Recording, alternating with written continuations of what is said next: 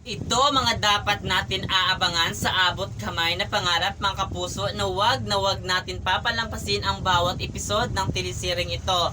Ito nga si Moira ay nagsisilos talaga ito sa tuwing nakikipagkita itong si Tanyag dito sa ating bida na si Annalyn at Lynette dahil yun talaga ang malaking dahilan para talaga babalik ang alaala Tanyag. Kaya ayan dapat ang ating papanoorin kasi kung babalik talaga ang alaala Tanyag ay doon na maitsapuera itong si Joey at wala siyang karapatan dito dahil wala naman talaga siyang dapat magiging makukuha dito kay Tanyag kasi hindi siya anak ni Tanyag, anak ito ni Dr. Carlos at itong si Moira.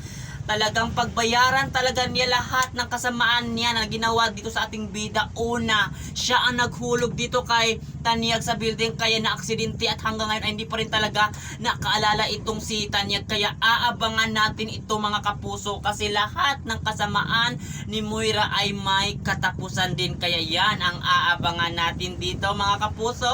Sa abot kamay na pangarap na gumaganda na ang takbo ng telesiring ito na ay wag natin papalampasin ang bawat episode ng telesering ito.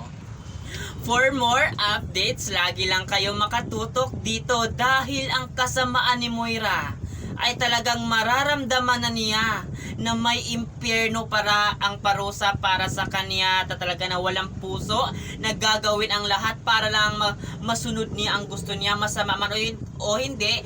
Wala siyang pakialam, basta lang daw ay walang makakatalo sa kanya at ang papatunayan ng ating bida na ilalagay talaga nila itong si Moira kung saan siya dapat kasi nga sumasama siya lalo, kaya niyang pumatay ng tao para lang talaga ay hindi siya makulong, para lang masunod niya ang gusto. Ganun siya kasamang tao na dapat ay mapagbayaran talaga niya ang lahat ng kasamaan niya na ginawa dito sa ating bida. Kaya ang abangan natin dito mga kapuso sa abot kamay na pangarap na wag natin papalampasin ang bawat episode ng telesering ito. At yun lang mga kapuso, maraming salamat sa panonood. Thank you.